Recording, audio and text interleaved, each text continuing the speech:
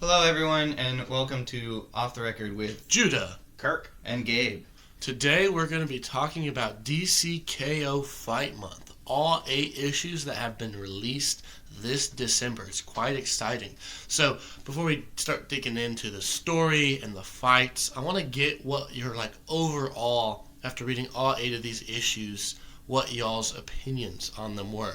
So I'm going to send the ball to Kirk first. So I want to get your overall thoughts on these 8 issues. I mean, overall, it's really good. Fight Month was fun. It was good reading them more or less in one go. Yeah. Separated. I read the first 5 in one go, and then a few hours later, basically, the next morning, I read the next few, the next 3. Yeah. So, I mean, overall, really good. Strong stories. They really progress the overall story as well of DCKO, as well as fleshing out some of the characters for me that I don't I'm not as familiar with. Yeah. Right? Because I basically started getting into DC when we started doing this podcast a year ago, and even then, not really until this this semester. Yeah. So I don't know everything there is to know, like Judah, about some of these characters. So it was interesting, kind of getting to know them a little bit through this intense situation. Yeah. And I liked one thing that I wasn't expecting, but that I really liked was that in every issue there was an interlude on either Earth or the Watchtower that actually progressed the kind of dark side story. Yeah. And what's happening in the real world, which I wasn't expect. I was expecting each one of these to just be their fights, and you can see them fight, or you can just wait till DCKO 3 and you can see the results of the fight. Yeah. But you're not missing any of the actual story. Sure, you'll get character moments, but you won't miss the actual story that they're trying to tell here. But no, actually, you would miss the story because it's in these comics. And I thought that was really cool. I also like that there's a specific reading order because of that. Yeah. It just makes it a little bit more interesting. I have to read this one, and then I have to read this one. It's just my OCD brain likes that a little bit more. That's cool. And it would be confusing if they didn't have a reading order. You'd just be picking up random fights and be like, wait, when did we get to this point? You know? Yeah. All right, that's neat. I'm glad that that's what you're coming away with, Kirk. Gabe, what are your overall thoughts after reading the 5 month issues? Overall, it was pretty good. I think, and my favorite thing about this, I think, is just that it's kind of a way for different creative teams to show off a little.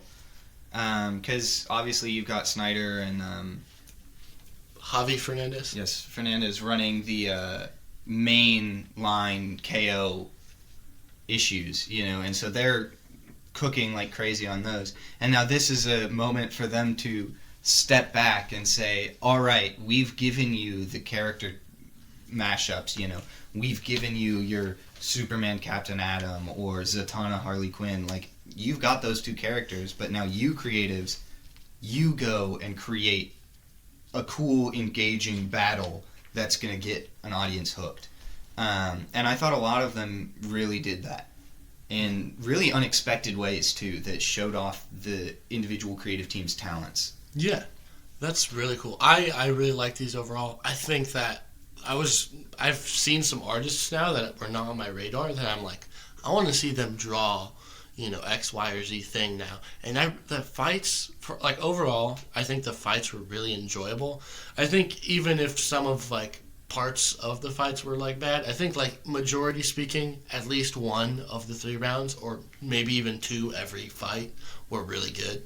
Yeah. So, overall, pretty fantastic. And the logic of who wins, you can actually track that. It doesn't. It's not just coming out of the blue where you're oh, somehow so and so won over so and so. It's yes, even if they're not the character that you might have expected to win the fight, you throughout the fight see how they actually get to the point of winning, right? Yeah. Whether that's through the opponent saying, actually, I think you'd be a really good King Omega, or if it's the opponent just was totally underestimating an alternate version that you could come up with, or anything like that. The logic of it actually makes sense, and so I actually really appreciated that. Again, probably just my OCD looking this doesn't make sense, but it did make sense, so that was great. And really quickly, a couple minutes into the video now, so I want to remind you guys to subscribe, ring the notification bell, because we've got so many videos coming out that you will probably very easily miss some if you don't have that on. That's true. And go over to our Instagram, off the record JK _ instead of spaces. Am I missing anything? Leave a comment down below if you read any of the Fight Month issues or all of the Fight Month issues. Leave us your thoughts or your overall thoughts on KO so far. We'd love to hear them, and we'd love to engage with you about what you're thinking about. We're pretty good at responding historically to comments. I really do want to actually converse with some people in the comments about this, because obviously I have opinions and I share them on the podcast here with these two, or sometimes just Judah. But also it'd be fun to actually see what you guys have to say and say that you're wrong or something like that. That's what the podcast is about. It's about having a conversation. We're up here, we're talking to each other.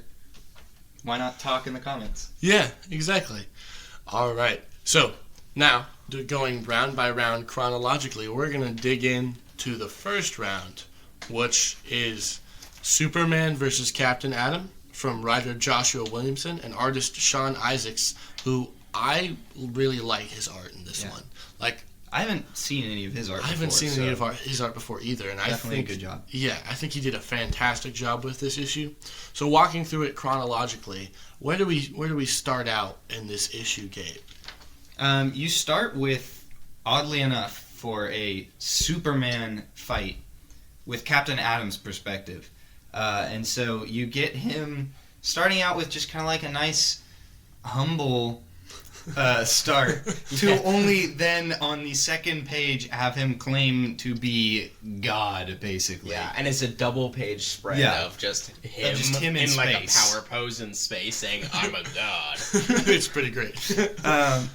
And so, that leads into your title page, and then the next part where you first get a kind of recounting of what happened behind the scenes after KO number 2, and when we know Captain Atom hit Supergirl out of the way and ended up getting her knocked out of the competition. Yeah, and it leads to one of my favorite reveals, where Captain Atom's like, I'm gonna be able to beat anyone they put me one-on-one against, and then it's Captain Atom Superman, and he says shit. He's like, I can do I'm a god. I can fight whoever they're gonna put me against. He's like, I'm gonna kill anyone, and then he sees Superman, and he's just, oh, never mind. I'm screwed. I know who the main character is. Yeah. And so, Kirk, how does this first round between the two of them progress? Well, let's see. Right now I'm looking at a lot of Superman not winning because he's holding back, which is a theme of these stories. I wonder why. Yeah. He doesn't want to be the King Omega, really. He doesn't want to have that kind of power, that kind of corruption. So he's not fighting as hard as he should. He gets completely drained by Captain Atom, and he loses this first round, right? Yeah, he does. Yeah, so all the energy in Superman's body gets completely drained out of him. Yeah. And he loses. And then we get the reveal that you can choose your next form. You can choose your next form for the next round. It can be any alternate reality version of you, a past version of you, a future version of you. Any of them. It knows everything. And so we get to the next fight where who have they chosen to become? So Captain Atom, in one of my favorite things in this book, confirming a plot hole, not really a plot hole, but an unexplained thing from a DC event that happened in 1991, which is who Monarch really is. And it is Captain Atom, which for me personally was probably very impactful. Everyone else was like, oh, he just has a different form where he's Monarch probably. But I was sitting there going, what is going on? We know who Monarch is now, So that's exciting. Captain Atom is Monarch. It's great. I'm glad they went with that. It makes a lot more sense. And then I love Superman's new form, which is Superman 1 million from the future, which I think, if I'm remembering correctly, is 1 million is a continuation of All-Star. So this is Superman after spending centuries in the sun, and he's in it's 853rd century. And so I had questions about this, but basically what we came down to was this is alternate universe. He's picking, yes, it's a future version of Superman, but it's also one from an alternate universe. Yeah. Because he knows about it. Yeah. That was the only thing with some of this, is that some of the characters seem like they know about their alternate forms. Yeah. And that would make sense maybe for some of them who actually have the ability to go around. For some of them, maybe they don't actually know who their alternate forms are, but they kind of don't care. They're like, oh, this one looks good. That seems like a Harley Quinn thing to do. Yeah. It's oh, this one looks good. I'll take this form. Yeah. But I was really curious, Superman especially, why does he know that? because he hasn't spent that time, unless he spent that time and then came back in time, and then this is actually a past version of him because he knows about it. But no, if he's been traveling the universe, or rather, if he's been traveling the multiverse, then he would know that, and so it's both the future and the alternate universe in here.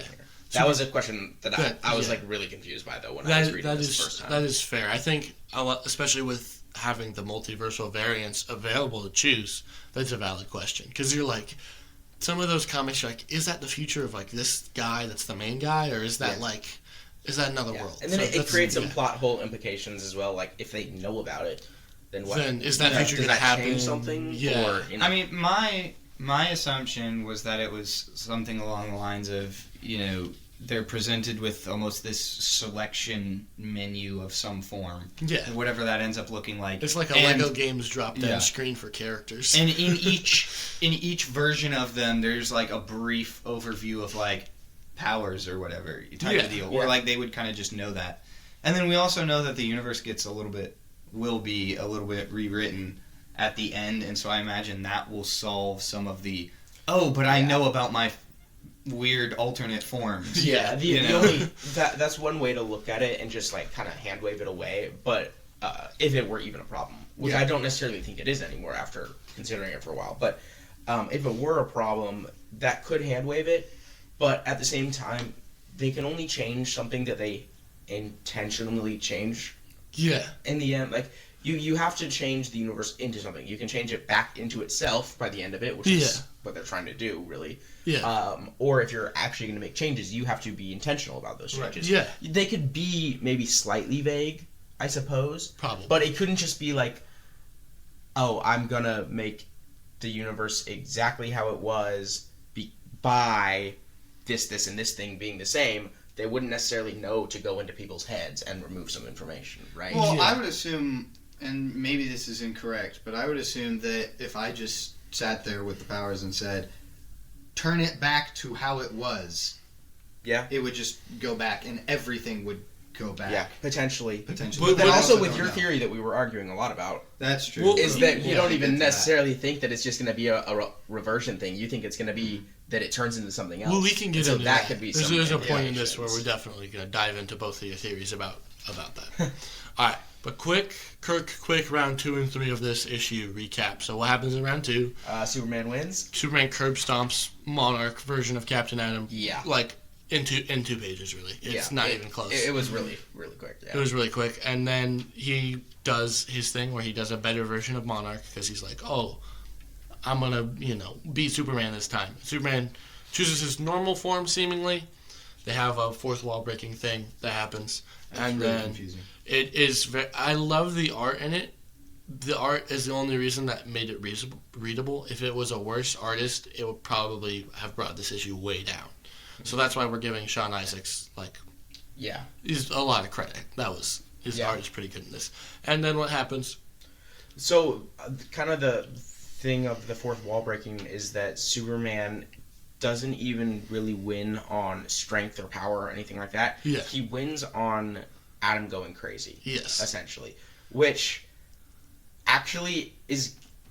I don't like it, but it's a good thing for the story because it continues the Superman not being ruthless. With Lex is like, you got to be ruthless to win this competition, and he's just still not. He just kind of like let Captain Atom lose rather than trying to win himself. Yes, but it does eventually kill Captain Atom. Yeah, and Superman ends up winning this fight, and we get our first little interlude where Darkseid reveals himself to what are they called? The Quantum Quorum. Yes. So it's a fantastic first issue. This fight was fun. I don't think it was the best fight we had, but I mean, it was pretty good. It was probably in the top 4 of the fights that we had. All right, moving on to Aquaman versus Hawkman. This one might be real quick. Yeah. I mean, it not because it's not good, just because it was kind of simple. I feel it was very simple. One guy kills the other guy kills the other guy. Let's give credits first before we dig into it. So, from writer Jeremy Adams and artist John Timms. Yeah. John Timms' art's fantastic. Jeremy Adams' story, we like Jeremy Adams. I do, at least.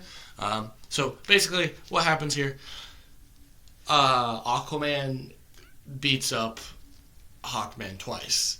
And both times, one of you has a problem with how he defeats him the first time. Kirk, would you like to go into your problem with how Aquaman defeats Hawkman the first time? So it's not really a problem with the actual fact that Aquaman defeated Hawkman the first time. Yeah. But it was the length of it. Is basically the idea was, oh, there's no water on this barren planet here. But actually, Aquaman's like, well, no, there is. There's water in the air. Yeah. There's water in the ground. Like, there's, like, you know, individual atoms in some cases, but I can make them coalesce. Yeah. And I think logically speaking, that makes sense. These are supposed to be kind of like, even though this is round one, and they haven't, like, selected new forms, they're still supposed to be kind of, like, peak performance selves, even in round one. And so I don't have any problem with being like, oh, yeah, I can basically waterbend. The fact, though, that he creates this massive tsunami tidal wave that covers the entire background in, like, 4 seconds flat doesn't make any sense. Like, you need a couple more panels in between that. Again, I fully believe that there would be enough moisture in the air and the ground to do that, but it's just like, it's really just like he materializes it instantly. It should have taken a little bit longer. Yeah, I do think that I agree with Kirk. I do think it moves a little fast. I do kind of think it's like a factor of cool thing where it's just like we're trying to show how dope Aquaman is. Yeah. So we're just seeing Aquaman, you know, grab all this water from this planet and use it in one go. Like that's kind of what the point is, to set up that he has these water powers. So yeah, we get another interlude, which we see World Forger and Booster Gold / Darkseid. Spoilers, by the way. I don't even know if we said spoilers earlier. If we didn't, spoilers. We're digging deep into all these issues. But basically, World Forger makes a bunch of Booster Golds, and we have my favorite thing ever, which is Darkseid Booster Gold versus a bunch of other World Forger made Booster Golds. It's kind of fun. Yeah. And then, Gabe, how's the second round go? So, second round is interesting because you get the kind of selection thing, but in this issue, it seems to only be Hawkman who gets the new version of himself. Aquaman explicitly wants to just be the same form. He picked the same form because that form that he has the water powers. Anyway, you get Hawkman, right? He's got basically becomes a god, not to continue the trend of people becoming god. It's more like an avatar, but like avatar of a god, kind of to reference Marvel, Moon Knight, for lack of better terms, but like next, like insane, like literally all of the powers. Yeah. And so you're sitting here after that whole thing, you're like, Hawkman is about to just cook Aquaman, you know, no questions asked. And then Aquaman just, like, blood bends. And, yeah. Just imagine where that goes. Yeah, he just sucks all of the blood out of Hawkman and basically makes him a flesh bag by the end of this. Yeah. And so my issue that Judith mentioned briefly with that round was not, similar to Kirk, was not about Aquaman winning. My issue was that they set up this big climactic moment with making, you know, showing off Aquaman's crazy tidal water powers in the first fight, and now having this really drawn out scene of Hawkman gaining like godlike powers, and then they didn't give an epic battle. Yeah. It was just like, it's like Aquaman's super strong and Hawkman's super strong and Aquaman sucks his blood out. And you're like, yeah, whoa. I think that's kind of part of the shock of it, is it's like, oh, he chose this form, he's so much more powerful, but he's not. Like, I think that's the thing. Right, and I appreciate the shock value of it, and the difference is I needed some battle. I needed some epic battle. That's there. fair. You know, otherwise it's just a grind. It's like going from 60 to stopped in like 3 pages. 3 pages. Yeah. You know? To be fair, it is, compared to the Superman one and the Wonder Woman we're going to get to, it is shorter. It's only 22 pages of story. So we didn't have as much time. Excuses, but yeah, I see where you're coming from. I do disagree. I think Aquaman, the way they've set up Aquaman, like current Aquaman, is so much more powerful than, you know, even God form Hawkman. So, yeah. Moving on, we got Wonder Woman versus Lobo, which is from the creative team of Joel Jones, Jason Howard, Carrie Nord. We have a lot of artists on this, and Daniel Bayliss. So we've got a bunch of people doing the art on this one.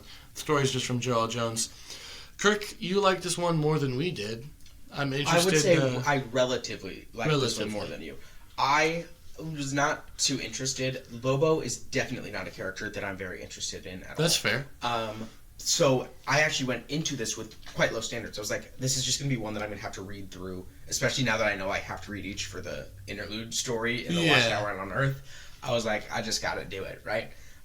So when I went into it and it was like a little bit better than having to drudge through it, I was pleasantly surprised and pleased with that. So it's not that I particularly liked it or that it was really good or that it's even to my taste or anything like that.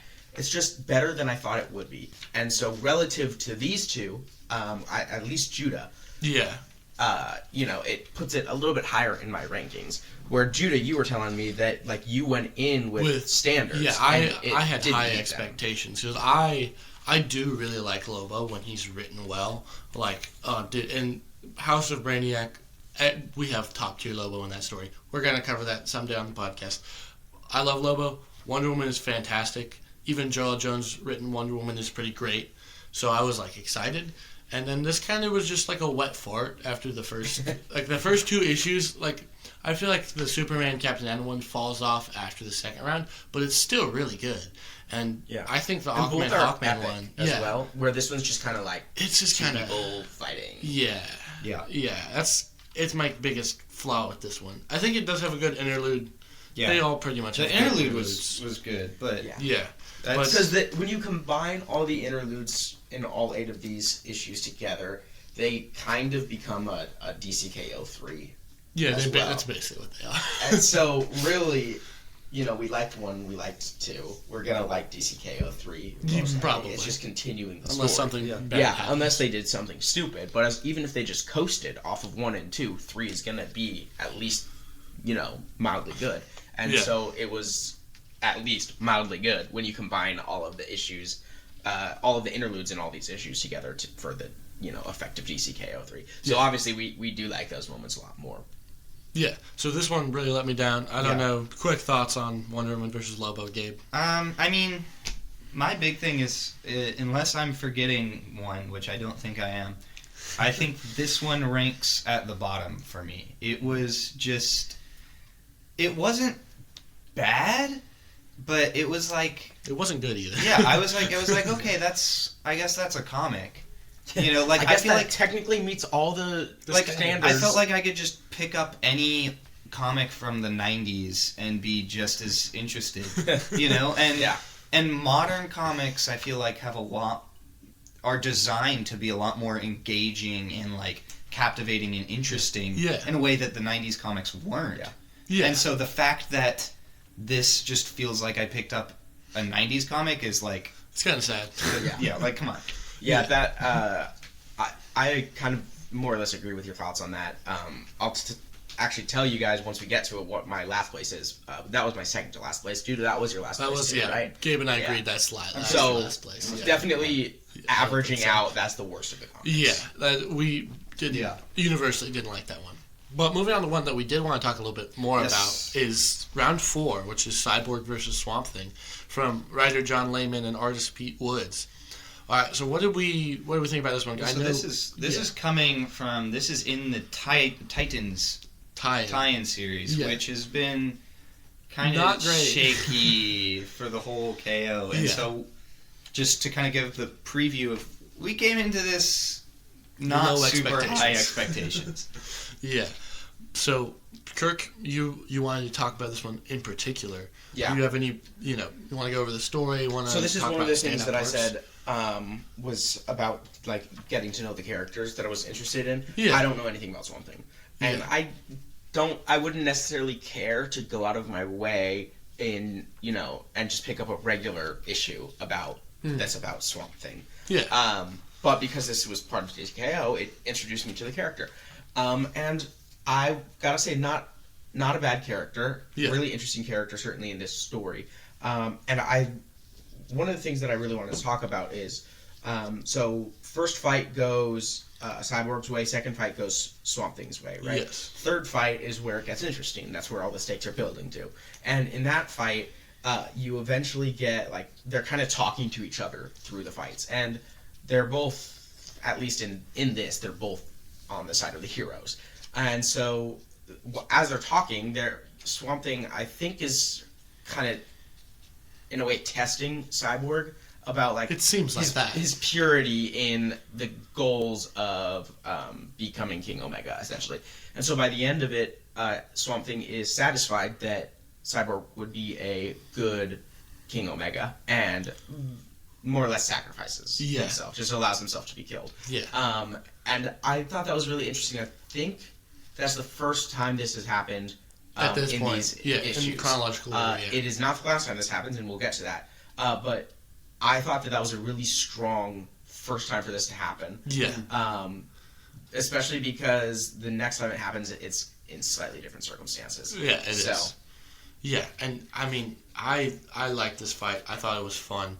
You know, I think I've heard chatter about Cyborg's form being like, oh, this is a combination of all my big forms. Yeah.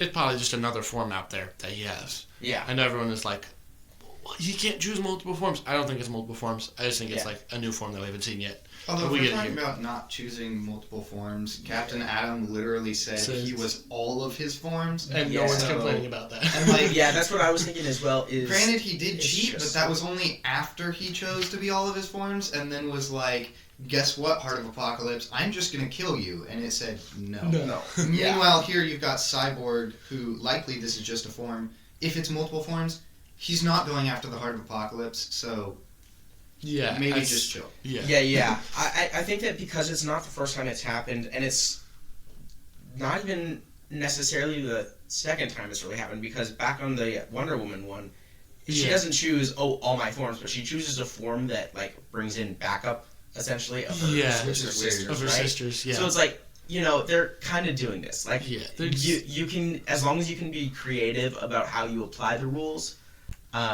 like, it's Yes. okay. And we definitely see that in a later issue that we'll get to, more creative Yeah. applications. Yeah. So I have no problem with him being like, oh yeah, I literally just combine all my forms. Yeah. Like, But it he doesn't feels like say something that. that would happen through the logic of the story. He doesn't Yeah. say that, so we don't even know if that's the That's case. true. We just see a form that people, like, from context clues of the forms that we see him in the, when he's presented the options. Yeah. People are like, oh, this looks like this one got combined with this one and got combined. Like, so Okay, yeah. It's just kind of speculation, really. Yeah. So, yeah, but this one was pretty good. We enjoyed this Yeah, one. definitely enjoyed Yes, it reading was very enjoyable. Moving on to Harley Quinn versus Zatanna, Yep. which is from Leah Williams and Mirka Andolfo. I want to give a shout out to Mirka Andolfo because I really like the art in here. Yes. It has kind of an anime vibe, and I was all for that. I actually agree. Yeah. Even though I don't really care And- about either of these characters, Yeah. especially Harley Quinn, Yeah. I don't care. Yeah, It that's was, fair. and it was a good anime vibe. Like, it Yeah. fit the vibe of the comic. It wasn't It fit just the vibe of anime. the characters too. Yeah. Which is like what we've. I kind of want to say that artists that fit the vibe of the character make the issues more readable. Yes. And the characters seem better. Exactly. Yeah. So. Yeah. Kirk had some strong opinions on this. This was your last one.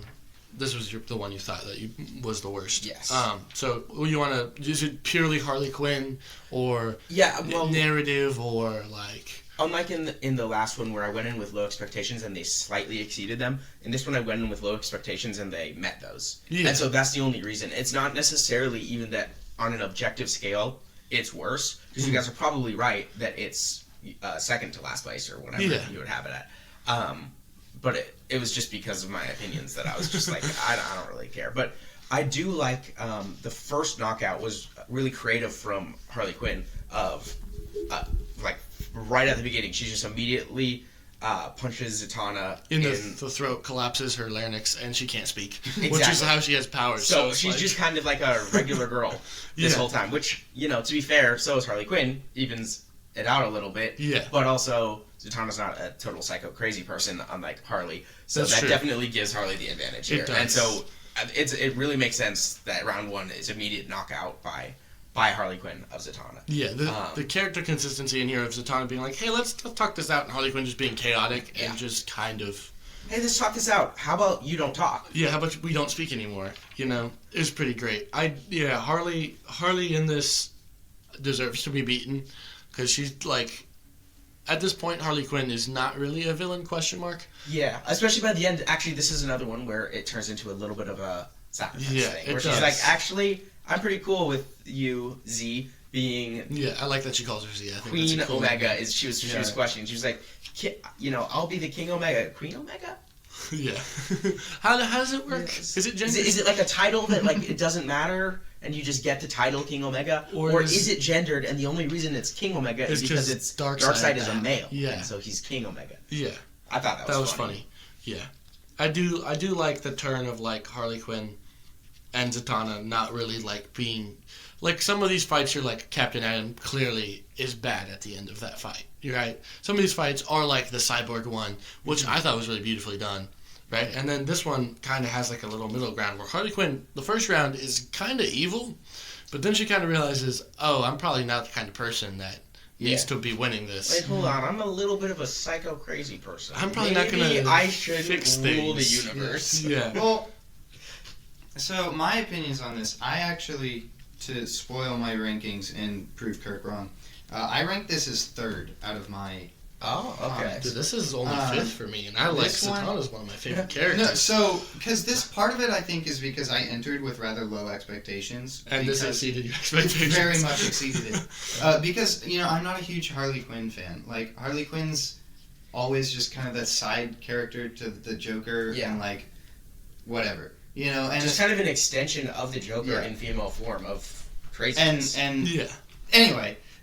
So I was going into this and I'm like, okay, whatever. And then, like they said, off the bat with the ruthlessness of just, like, completely nullifying Zatanna's powers, it was like, dang, I'm at least hooked for the next little bit. Yeah, like, I'm a little interested. I'm going, like, I'm interested in this, like, for real. And then seeing just how well the characters were represented in the writing. Yeah. In, like... how Harley Quinn was less focused on her powers and more just like, this outfit looks cool. Yeah. And Zatanna was like, I'm just going to be me. Yeah. But then also how the art really got that dynamic between the two of them, and the whole story was about them more than the fight. Yeah. And you got to see them talk during the fighting, got to see them interact and try and figure things out, and then it ends with that moment where you find out, like, similar to Swamp Thing, Harley Quinn was kind of testing Zatanna in a sense, looking at Zatanna and saying, you have the, like, heart that we need, but you don't have the ruthlessness, so I'm going to be an actual jerk so that you become ruthless and can carry that. It seems like a lot of the villains, or sometimes villains, are actually just there, even of their own volition, to try to make the actual heroes more ruthless. Because like that's one Luther, exception. that's Harley, that's Swamp Thing is kind of an in-between character. He's an anti-hero. Sometimes he's a villain. He's for nature, kind of. Yeah. So at least the three of them so far that we've got are like, they're here, and they're technically trying to win themselves. Even Etrigan. But they're really just trying to like make it so that the heroes are better at winning. Yeah. And we'll see we don't really see that a ton in the Luthor-Etrigan fight because it's Luthor v. Etrigan, but you do notice that from the DCKO actual mainline issues where he's like, Superman, get off your butt and do stuff. Yeah. And another thing I did appreciate with Harley Quinn in this actually is what I was talking about earlier with characters trying to select, their alternate selves is how do you know what's a good one, things like that. Yeah. So for Harley to just be like, vibes. This one looks cool. I'll go with it. Yeah, vibes. It's like, That's a good twist. That makes a lot of sense. It It really fits the character. It's, again, with the logic. Like, when I'm reading comics, for some reason, I'm really obsessed with the logic of things. Yeah. And it does fit that, so. Yeah. And then I actually want to, real quick, again, because you get this great fight, and then it ends, oddly enough, with the interlude. Back to Booster Gold. And in the previous issues, we've seen Booster Gold Darkseid just cook the Quantum Quorum, right? He's on fire. He's peak performing right now. And you've got now Grodd has come up and basically been like, no, Yeah. I win type deal. And Yes. We get a big setup with you Grodd. get a big setup that's in the next 2 issues. Really 2 issues. Yeah. Like, The next issue amazing. we read, it's it's going to be an interlude that will continue this, and then the issue following that, I believe, is going to be kind of pays it off. where it actually happens. It actually affects something. Yeah. And now moving on to round 6, The Flash versus Green Lantern. But to the public, probably The Flash and Green Lantern you've heard about the least. So this is from Mark Raid and Christopher Cantwell. We got 2 writers on this. Mm-hmm. And then we have Vasco Georgiev on art. yes. So I think Vasco Georgiev did a fantastic job on this, by the way. Just to remind everyone, The Flash is not Barry Allen. It is not Wally West. It is Jay Garrick. The OG. The OG. And your Green Lantern is none other than Guy Gardner. Your favorite. Everybody loves Gardner. Yep. I was reading this for the first time and I was like, why am I reading Guy Gardner and his voice sounds like Kirk? Wow. Not even joking. Wow. I'm actually honored. Yeah. Yep. If you want to know who Jay Garrick sounds like to me, he sounds like one of my grandfathers, so that kind of So tracks. I sound like one of your grandfathers too? No. No, Jay Garrick. Jay Garrick is the Flash. Oh, I'm sorry. I'm retarded. You sound like Guy Gardner. I woke up, let's see, we've been recording for 40 minutes almost? Yeah, so he woke up 40 then. minutes ago. So if he's a little out of it, that explains why. All right. So if I'm remembering correctly, Gabe, you wanted to talk about this one I specifically. did a little bit. Yeah, me too, actually. I think we all did because This Yes. is a good one. it was a really good one. So I think this is 2 for me. If we're continuing rankings, this might Number be two. We can give a more thorough ranking rundown later. Oh Yeah, But I would probably put it 2. This one I put at 1 actually. Oh, Oh, wow, okay. Yeah, mostly for the Flash side of things. that's true. I'm not a huge Green Lantern fan. Yeah, same. Sorry. I'm not really a huge Flash fan either, but I do enjoy him when he's written very well. much am. And he was written well here. He was. Like, It was fun. and like, I just love how, again, true to the character of Jay Garrick That this is. issue is. Oh, yeah. You know, he sits there and the first round, he's like, hear me out. What if we don't kill each other and instead we play checkers? Which is great. I love this The scene. most goated idea ever. Of course, Gardner is stupid and doesn't know how to play checkers. Yeah. So, Yeah, he's not That was not very sure. intelligent. Not at all. Not sure how you don't know how to play checkers when you literally travel the universe. It's checkers. It's checkers. It's not even chess. It's literally. It's checkers. Checkers is literally chess for women, and it was made to be as such. This And is true. Guy Gardner It's does like not know cigarettes. how to play chess for women. Well, he's not a woman, so... Not yet. Okay, at you know least. what? I As- forgive him As then, far as actually. I'm aware, Guy Gardner has Well, I not mean, been a woman Absolute Lantern. yet. Is he a woman in Absolute? No, I'm saying Absolute. Is he a woman? I was making a joke that they made the Absolute Lantern a woman. That's true, they did. They did. I don't think her Anyway. name's Guy Gardner, though. No, her That name would is be not weird. Guy Gardner. That would be weird. That would be weird. Her name is Guy. Her name is Guy.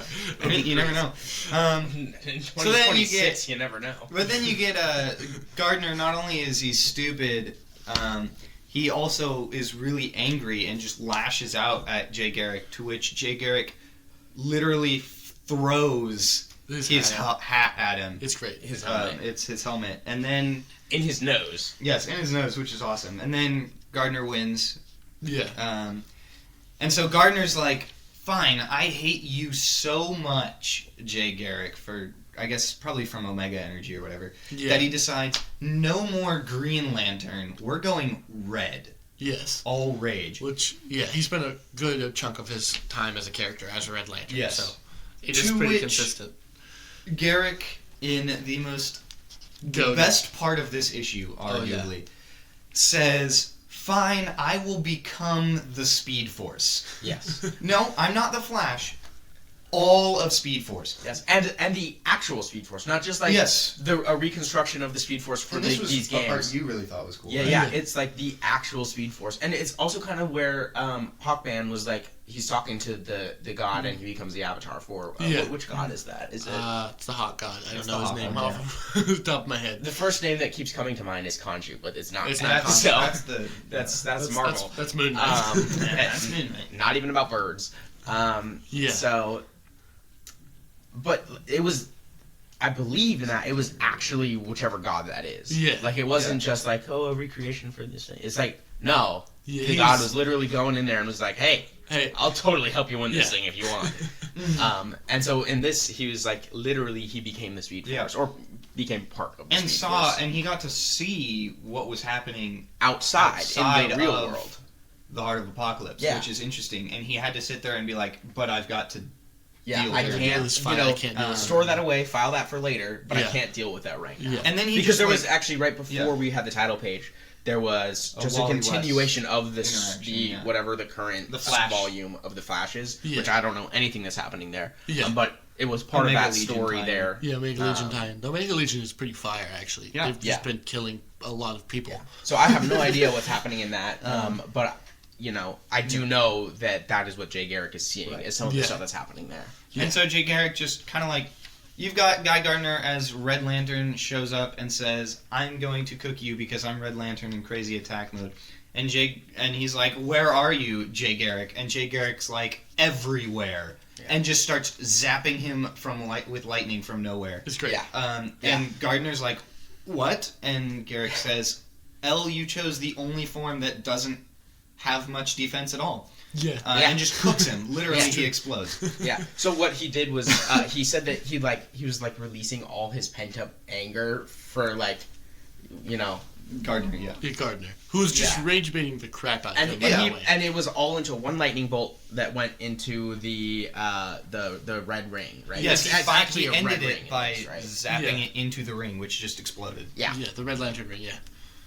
Yeah, and then we get a little intermission. We get to continue this Grodd bit where you get Grodd uses his psychic powers. Yeah, and you're like, that's what he's known for. He's gonna cook Darkseid, Yeah, and he transmits to Luthor, transmits what he sees from Booster Gold / Darkseid's mind to Luthor, which we're gonna get more into next issue. And then we have the final battle where we have Guy Gardner as everybody's favorite version of Guy Gardner, which is Warrior. I have no idea what that is. Yeah, me neither. I was like, I turned the page and was like, who? Yeah. It's like, I was even stumped. I'm like, I guess I don't know everything about DC. Is I that gotta just go find out who Warrior is. It's not even a lantern, is it? It's just like a guy? I think it might be an alien species that the lanterns interact with, but or like a warrior guy that the lanterns interact with. I don't know. Okay. I don't know how this works. So... This really just seems like they pulled it out of nowhere. They kind of did. Because it seems like they pulled it out of nowhere just to make it seem like he's going to just, flat out lose. And it's gonna be because then we get Garrick in his, classic 1940s young man form, which is pretty goated. And he has the freaking lightning bolt, and which he attacks Guy Gardner with. It's pretty great. Yeah. And I guess he can still do constructs with Warrior. I know nothing about Warrior. And then we do have another kind of come to Jesus moment between Jay Garrick and Guy Gardner here, where we get a kind of are you gonna do this right? And once Jay Garrick knows that, right, he kind of is willing to, let Guy win. Yeah. It was another one of the moments where it's like, actually, wait, in this one though, it's a lot less Jay's been testing him the whole time. Yeah, no. It's more like he came to the realization at the end. Mm-hmm. Especially because he was feeling about himself very intoxicated by the Omega power. He was like, I'm not sure even I can handle this. And so there was even a little bit of a realization moment of himself and also of Guy Gardner. But it was a lot different than the other one. So I was interested to see how the same thing happened in a different way. Yeah. Now moving on to round 7, which is Lex Luthor versus the Demon. This is my number one right here. This is going to be the longest video we've posted in 6 months. Yes, this is going to be a long one, but bear with us because we got a lot of thoughts here. This is from Joshua Williamson. This is my number 2. And artist Hayden Sherman, who, by the way, job. I think Hayden Sherman is quickly becoming one of my favorite artists. He was on Absolute Wonder Woman. He's on Batman Dark Patterns, which just finished, and he's on this. And now I want him to draw the ongoing Superman. Like, genuinely, I will pay money to DC to get that to happen. Don't clip this out of context because I don't have that much money. But yes, all right. So we open up. We get a little flashback of Luthor in Hell, which. I don't remember what event that is, that the devil makes deals with all the supervillains and they take over. It might be called Underworld Unleashed. But we get a little, like, intro. Lex Luthor in Hell, making a deal with Neuron back in the day. Then we cut to Luthor and Etrigan flying through a wall, and does Lex Luthor have a soul? Being, like, the premise of this issue, which I think is a great premise. I think this is a whole bunch of fun. What thoughts do you guys have on this issue in particular? Gabe, you said it's your number 2. Yeah. I really liked just it was an engaging story. Yeah. You know, you got Lex Luthor, who's kind of in a weird villain, not villain situation, and this issue explores that a little bit more. Mm-hmm. And then Etrigan, who is a magic demon who speaks in rhymes. I mean, what more could you ask for? Like, and they fight in chaos. Like, there's no second, like, double understanding. It's just, you know, round 1, Etrigan literally cooks Lex Luthor, like, with actual fire. Oh, yeah. And then in round 2, Lex Luthor just Supermans Etrigan to death. Yeah. Which, I mean, that makes sense, yeah. Yeah, you have to be there. Yeah. Pick it up. It's great. And then you get round 3, where they end up in hell, and Etrigan is like, "Ha, Luthor, this is my domain. This is my You turf. are over." And Luthor's like, You think this is the first time I've been to hell? I've been here before. It's great. And then, you know, you get this whole time where Luthor's been kind of like, "I hate the rhyming that Etrigan uses. You know, stop it." And then Luthor just starts chanting things, and you're like, what? And then he becomes Etrigan, which is really weird. Yeah. Kills Etrigan's previous host, who's now just a dude again. Yeah. And then Etrigan kind of out-of-body moments with Luthor Etrigan, and is like, "Ha, you idiot. You just made me possess you." And then They have to have like a they fight. have like a weird mental fight or something. It's really cool, but yeah, hard it's to really explain. Cool. It's very visually. trippy. Yeah. Visually, it looks excellent. Yes. It's like when you see it, you're like, oh yeah, I know what's Yeah. going on. If we're just describing it to you, you're like, You have no idea what's happening. Yeah, you have. Like, Point what is- is going on? Luthor wins, Yes. and Yes. And it's And not then even gets competition, really. the view from Grodd. Yeah. So Grodd transmits what basically Booster Gold is Darkseid, and what Booster Gold showed him in the last issue. Yeah. So, and then we see the last member of the Quantum Quorum standing, who is Time Trapper, and he's going to try to take out Booster Gold / Darkseid. And that's how this one ends. And this is excellent. The art from Sherman is great. Kirk, what are your thoughts on this one? I thought it was pretty good. I mean, I don't care about Etrigan that much. I don't know much about Etrigan. I do like Luthor, though. Luthor's a great character. Going into this, sometimes you don't know who's going to win. Sometimes you think, oh, maybe they can, like, do something to like, pull the rug under you about who you think is going to win. But you do know that Luthor's going to win, Oh, yeah. right? You kind of And so, when he loses, actually, the first fight, and then it's, like, pretty obvious when he goes on to say, yeah, I let you win to, like, you know. To give you some confidence. Yeah, to make you a little overconfident, to, you know, when I beat you the next time, then you're, like, a little shaken by that, and, you know, also, he's not an idiot. He knows that there's always some twist to it. Yeah. And so if it's a best out of 3 fight, like, he's kind of logicking his way into maybe there's some sort of advantage in the next round as well. And so really him losing the first round was an information gathering mission. Yeah. And that's very much in character for Luthor. And Yeah. I really enjoyed that. That's the only thoughts I have about this, really. It was good. I liked Luthor. It was obvious he was going to win. Yeah. This was really good. I really enjoyed it. Luthor's character is great. I have a soft spot in my heart for Etrigan the Demon for some reason. I have no idea why. Isn't this actually Luthor gets another transmission from Grodd? well, also God. God. Yeah, gorilla. Lowercase g. Lowercase g, yes. It was not the projection images from Booster Gold Darkseid's mind. It was like direct communication telepathically with Grodd, and Grodd was basically saying like, "Oh, there's actually something happening. It's more than you think it is," and then it gets cut off. Yes. And so Luthor's like, "Well, that was helpful. Thank you, I guess." Yeah. What am I going to do with that? It is, as Judah said, it is Underworld Unleashed is the DC Comics event where Neuron is set free and makes a deal with all of the supervillains. And then some of the superheroes, too, which is fun. I do know everything about DC. He does know things. I know. I waste too much of my time reading old things that don't matter anymore, except for they get referenced every once in a while in like every. And then he looks like the coolest person ever. So yeah, this is true. All right, last round. The Joker. We got Joker and the Red Hood. Round 8 from Scott Snyder and Josh Williamson. Should have been Batman. Should have been Batman. He's not going to get off of that horse, I don't think. This was ranked number 4 for me. That's kind of valid. I think this is closer to the bottom on my list. I think because I got confused a little bit when I read this the first time. I do love the art from Dustin Nguyen and Giuseppe Camicoli. They do a fantastic job in this one. And I love the kind of arc that Red Hood goes on with this, right?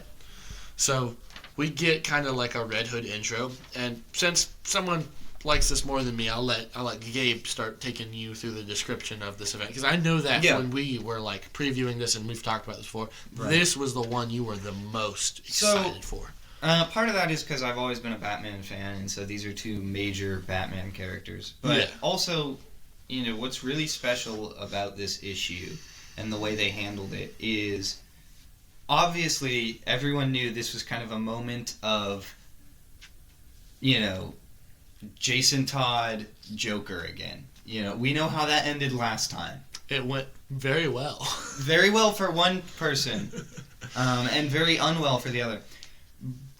But now you get this idea of Red Hood is kind of struggling because he feels like he's defined by what the Joker made him. Yeah. He's like, people view him as Joker's creation. And so in the first round, he kind of succumbs to that a little bit and acts more like Joker. To which Joker then ends up winning. It's a very interesting way that this all happens. Yeah. A little bit confusing. I was still very kind of confused. cool though. Yeah. And then you get to round 2. In this round, he goes back to the Robin, and it's basically the same showdown again. From from Death in the Family. Yeah. And the difference is this time, instead of being like, oh, I'm too defined by Joker, he's now like, I'm too defined by Batman. He's playing as Robin. Mm-hmm. And so he gets a moment, and Joker starts going at him, pounding him with the crowbar again, and we're all going, oh no, dang. We're just going to get a repeat. Yeah. Except in a crazy turn of events, Robin walks out after the bomb goes off with Joker's body. Which was really well done. And yes, amazingly drawn. Great. Just great. Yeah. And then round 3. You're given this newer Red Hood, and this is where he kind of realizes Red Hood is not Joker's creation. It's not Batman's creation. It's him. Yeah. He's Jason Todd. He's Red Hood. He finds Joker, who is in Joker's Red Hood form. Joker's Red Hood form requires understanding things. If you don't... Joker's origin, read Killing Joke, something like that. Yeah. And Jason Todd, Red Hood, he wins. Question mark. He wins. He uncovers Joker to see it's actually Joker, and then walks away, sits down on a grave, and dies. Well, except Joker, who was technically dead, is not dead. Is not dead because he just basically has a CPR machine strapped to his heart. Yes. So Joker barely lives and wins. Yes, and then we get our final interlude, which is Darkseid Booster Gold showing Time Trapper Earth, and let's just say the Heart of Apocalypse is no longer contained, and now we have New Apocalypse, just like old York, and now we have New York. You know what I mean? Yep. So the Earth is lava. Yeah. Yeah. The Earth is lava, and it's spewing lava And into space. very few people that are still alive. Yeah, there's no way anyone's living anymore. Nobody on the surface. Nobody on the surface. We know of a few segments of teams. The moon, maybe on the Watch Post, Outpost, whatever it's called. There's some Watch Tower. ships that the Titans have. Yeah. There's Lois and Prime who are flying at the time. And yeah, there's segments. There's Mr. Terrific and the time displaced heroes who are in hell dealing with Neuron right now. That's a whole nother thing that we're probably going to talk about at some point when we cover Teo tie-ins. But basically, this raises the stakes, and now it's like the heroes, they need to win, and it's no longer going to be what Superman wants, where he just says, nothing changes. Yeah, it has to be at minimum, reversion. At minimum, he has to revert back, which is still doing more than he wanted to. Which is good, because that means he has to grow. Yes, this is true. And now, for our final things, we're going to rank these issues. Yes. I don't think we're going to rate, because we have 8 issues. It's going to take us a while to rate all of them. But I think from ranking them, giving a top 8, from worst to favorite. I'd say we could rank our favorite and our worst. That way you can kind of say everything else is within this range. Sure, yeah. So go ahead and do yours, Gabe. Yeah. So I'll give you the ranking first. I did Flash as my number 1, then the Lex Luthor Etrigan. 3 was Zatanna v. Harley Quinn. 4 was Red Hood v. Joker. 5 I had Cyborg versus Swamp Thing. Then I put Aquaman versus Hawkman. Superman versus Captain Atom came in 7th, and the Wonder Woman Lobo was 8th. Dead last. We actually had very similar rankings there. So that's really interesting. Flash, Green Lantern, if I do out of 10, I would give that like a solid 9. Yeah. Like, it was a good, solid book. And then I'm actually going to give the ranking of my lowest 2 because I believe there's a stark gap between the two of them. Wonder Woman was like a 5. It was just resoundingly mid. I might rank it a little higher, but the Superman Captain Atom one was definitely like a 6.8. Like, it was a solid comic. I would want to read it. Not my favorite, though. Yeah, that's very fair.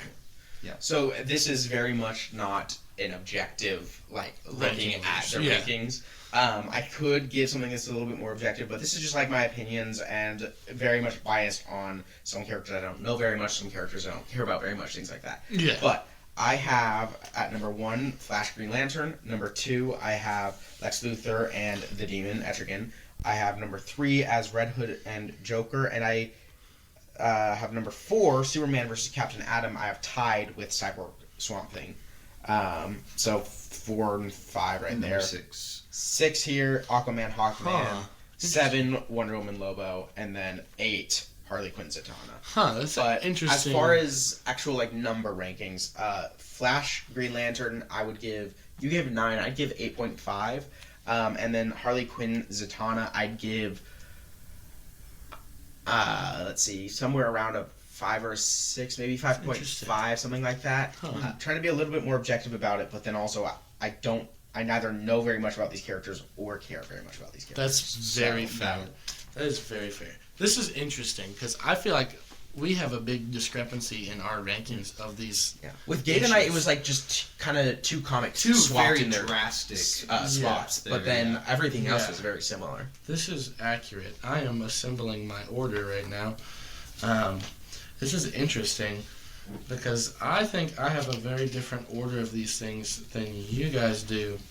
Specifically because I think Lex Luthor the Demon, I think that's the best one.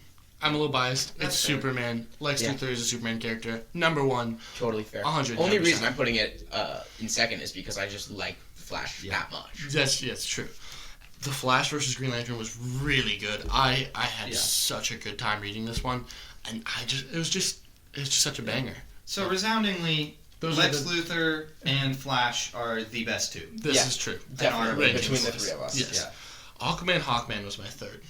Wow. I know that both of you had issues with this one. I was just purely here for the vibes. Yeah. And I am slowly becoming a really big Aquaman fan for some reason. Like, over the past probably 30 days, I've just become an Aquaman fan. Like, it's a new thing. So, Yeah. I'm slightly biased You've also there. had the... Yeah, that's a bit of a recency bias. Yeah, that's true. He's also actually been reading Aquaman. the Aquaman comics, so This is he true. knows more Yeah. about this current form of Aquaman. Yeah. This is accurate. Yeah. In fourth place, we have Superman of Captain Atom. We agree on this one. Mm-hmm. You have a sixth? Yeah, a lot lower than It that. was way low. It's interesting. It was 7th, actually. Seventh. I don't see this as the penultimate worst issue.